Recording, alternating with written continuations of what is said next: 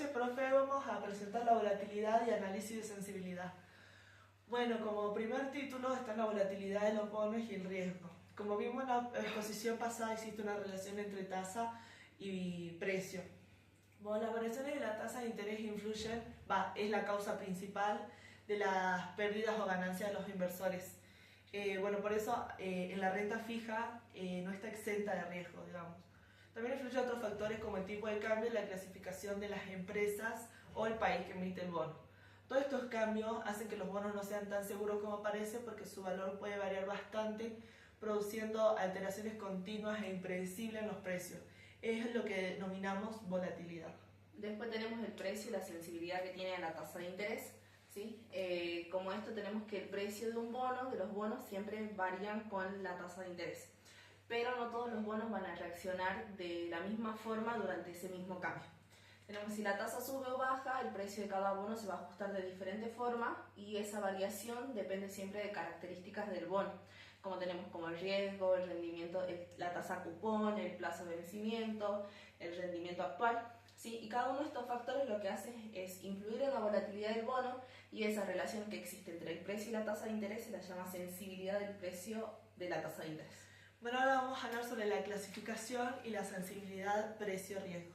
La sensibilidad precio. Por ejemplo, si una empresa tiene una buena calificación de riesgo, sus bonos son más estables y menos afectados por estas subas de tasas. En cambio, si la empresa tiene malas calificaciones, sus bonos son más sensibles, o sea que baja más el precio cuando las tasas suben. En resumen, podríamos decir que a mejor calificación hay menos riesgo y peor calificación aumenta la sensibilidad del bono. Después tenemos el plazo de vencimiento y la sensibilidad a precio. Tenemos que a medida que aumenta el plazo de vencimiento de un bono, crece siempre mucho más la incertidumbre sobre lo que puede pasar en el futuro. Tenemos que cuanto más lejos esté el vencimiento de un bono, ¿sí? Mucho más afectarán los cambios que haya en la tasa de interés, porque los pagos de los cupones y del capital se van a descontar en muchos más años. ¿Sí? Esto hace que el precio del bono sea más sensible y por lo tanto sea mucho más volátil. En cambio, si el bono tiene un vencimiento corto, ¿sí? La incertidumbre es menor y los pagos se van a realizar en mucho menos tiempo y los cambios en las tasas no van a afectar tanto al precio. Por eso los bonos que son de corto plazo son mucho menos volátiles que los de largo plazo. Bueno, ahora vamos a hablar sobre las tasas de cupón y la sensibilidad a precio. Bueno, como sabemos, el cupón es el interés que paga el bono cada cierto tiempo.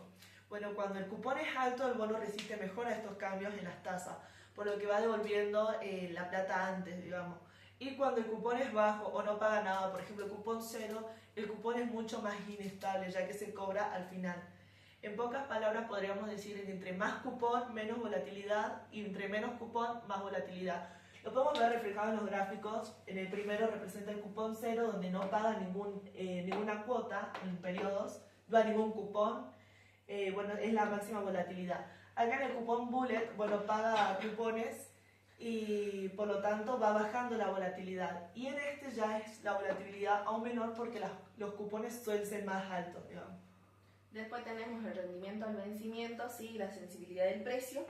Cuando tenemos que la tasa del rendimiento de un bono es alta, un cambio en la tasa de interés produce un efecto menor en el precio del bono. En cambio, si tenemos que cuando la tasa de rendimiento es baja, ese mismo cambio que haya en la tasa de interés genera un impacto mucho mayor. En resumen, podemos decir que a altas tasas de rendimiento es menor la sensibilidad del precio. Y a bajas tasas de rendimiento es mayor la volatilidad en el precio. Bien, ahora vamos a pasar a hablar sobre la duración. La duración es muy importante porque es una herramienta muy útil para medir cómo varía el precio de un bono cuando cambia la tasa de interés. Bueno, básicamente lo que nos indica la duración es la sensibilidad del bono frente a esas variaciones y cómo se calcula teniendo en cuenta los flujos de fondo futuro, la tasa del cupón, el rendimiento de un bono que sería el TIR y el plazo de vencimiento. Bueno, también nos da una aproximación de cuánto va a modificar ese precio del bono si cambia la tasa de rendimiento a un determinado porcentaje. Lo podremos calcular con esta fórmula que dice la duración es igual a menos 1 sobre el precio por la sumatoria de t a la de 1 hasta la n, por los flujos futuros sobre 1 más la TIR a la T. Después tenemos la duración como precio de un bono, del precio de un bono, perdón. Tenemos que la duración surge de considerar ¿sí? el precio de un bono como la suma de todos los flujos futuros, ¿sí? que son los cupones, el interés, descontados a la tasa de interés que está en ese momento. Para interpretar el resultado de la derivada, lo que hacemos es, se normaliza esa relación dividiendo el precio del bono y el factor de capitalización, de modo que se obtiene una medida relativa en porcentaje. De esta manera lo que tenemos es que la duración aparece como la elasticidad del precio frente a la tasa de interés, indicando el porcentaje que varía de acuerdo del bono cuando la tasa de interés cambia en un porcentual. En términos prácticos podemos decir que la duración pondera los plazos de cada flujo de fondos y refleja el plazo promedio en que se recupera la inversión. Además también mide la sensibilidad, que a mayor duración es más volátil y será el precio del bono ante los cambios de cada tasa de interés, que es esta fórmula que se parte del precio del bono, que era la sumatoria de todos los flujos de fondos sobre 1 más T, o sea, cada periodo. Y tenemos la derivada, que bueno, ahí Rocielo llega ahí con la derivada. Y bueno, y tenemos que eso es la duración, ¿no? Bueno, ahora pasamos a la duración modificada, que bueno, la duración modificada surge de ajustar la duración de Macaulay, creo que así se dice, bueno, para expresar de manera más precisa cómo responde el precio del bono a los cambios de las tasas de interés, como venimos mencionando. Lo expresa directamente en porcentaje de variación. Bueno, y esto es útil porque en el mercado los cambios de las tasas miden puntos básicos que se dicen bases, point, algo así.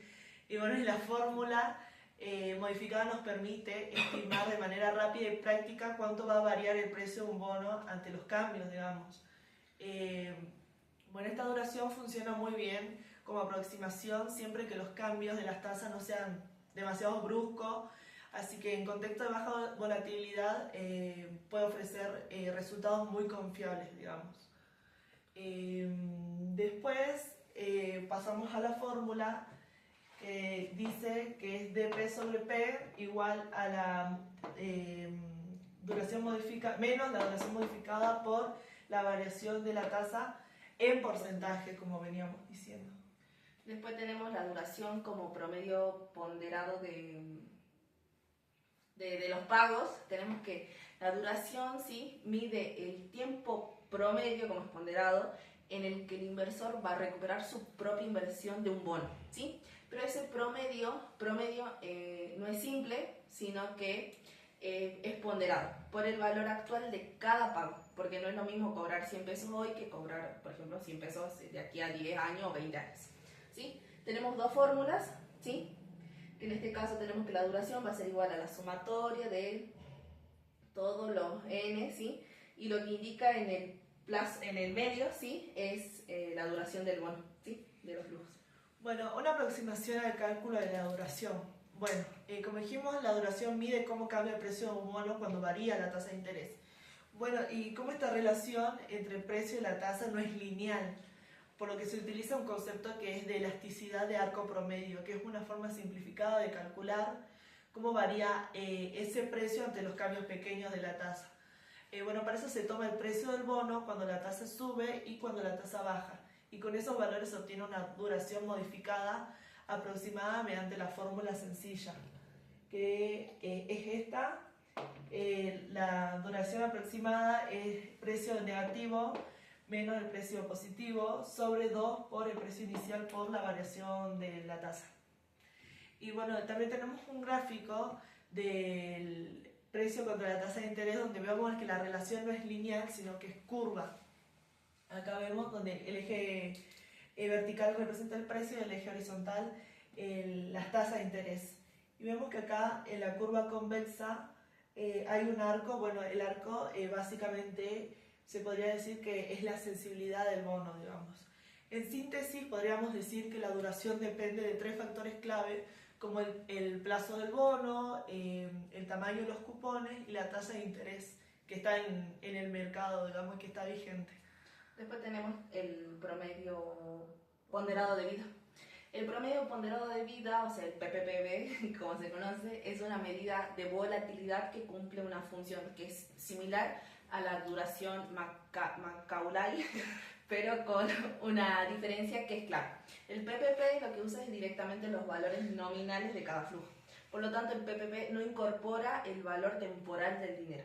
La idea de este es calcular el tiempo promedio de recuperación de la inversión, considerando en qué momento se reciben los pagos de capital e intereses, pero sin ajustar la tasa. Para ello, todos los pagos de cada periodo, amortización más los intereses, y cada uno se pondera por un precio relativo sobre el total de los pagos. Luego de ser multiplicada cada precio por el pago cumple y obtiene un promedio en tiempos, ¿sí? En otras palabras, nos da que cuanto más, el PPP nos explica que resulta un cálculo es mucho más sencillo que la duración de Macaulay, ya que no requiere de interés.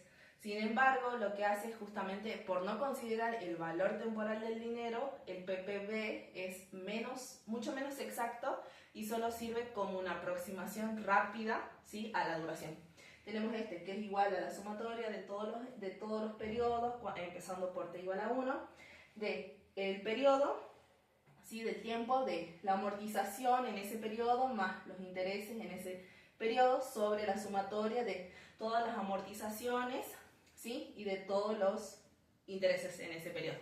Bueno, ahora pasamos al plazo de promedio ponderado. Bueno, básicamente es una forma de calcular en promedio, como dice su nombre, en cuánto tiempo se va a ir cobrando estas partes del bono. Bueno, para eso se tienen en cuenta las fechas de pago y los montos de capital que se devuelven en cada uno. Lo que pasa en este método es que no consideran los intereses ni el valor real de dinero en el tiempo, por eso nadie lo usa, digamos. Sirve como una aproximación básica, pero no alcanza a medir con exactitud la sensibilidad del bono frente a los cambios que hay en el mercado o en la economía.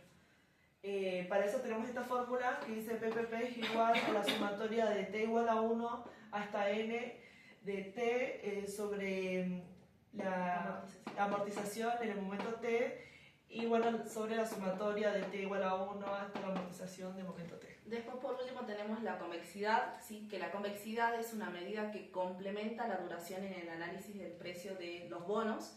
Y como ya sabemos que existe una relación inversa entre el precio de un bono y la tasa de rendimiento, ¿sí?, cuando la tasa sube, todo eso, ¿sí?, el problema es que esa relación no es una línea recta, sino es una curva.